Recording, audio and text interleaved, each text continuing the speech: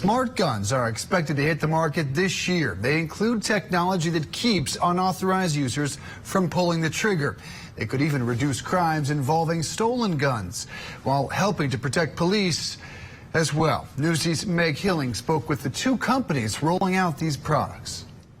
You've heard of smartphones and even smart cars. But what about smart guns?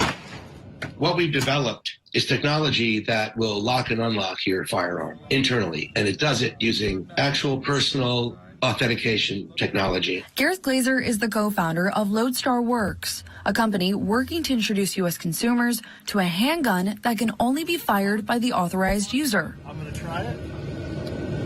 Okay, it's locked. We're all familiar with it. Fingerprint, that's good for some circumstances because it's very fast. On the other hand, if your hand is wet, it's dirty, you're wearing gloves, it won't work so well. So we've got two more technologies that can lock and unlock the gun as either backups or priorities, depending how you set it. These additional options include a pin pad in the grip of the gun and a chip that connects to an app on a smartphone. Everybody has these, well, most people do, and they won't leave home without them. And these things have the ability to communicate to your firearm using a Bluetooth connection that is encrypted. Glaser says technology like this could play a huge role in reducing unintentional shootings, as well as help stop the trafficking of stolen firearms. This firearm will not fire unless it's authenticated by you.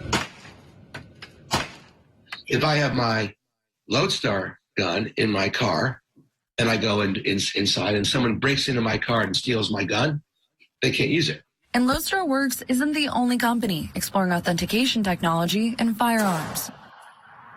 Look, consumers need choices. Tom Holland is the founder and president of Smart Guns LLC, a Kansas-based company also working to produce a smart gun. I own a traditional handgun. Okay, it's not smart technology.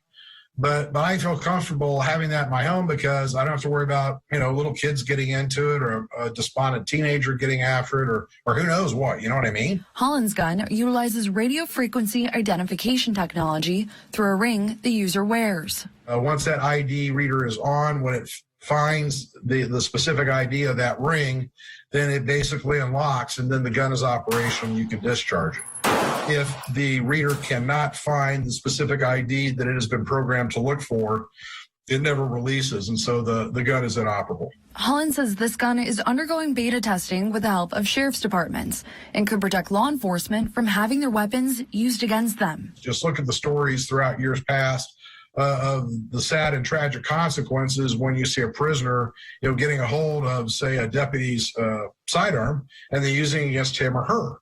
Both Glaser and Holland say they hope to make their guns available to consumers this year. But the National Shooting Sports Foundation says it has some concerns. Specifically, how reliable is the technology? We're talking about having to use a firearm to defend yourself in a life and death situation. And it has to work each and every time the way it's designed. There is no room for point of failure.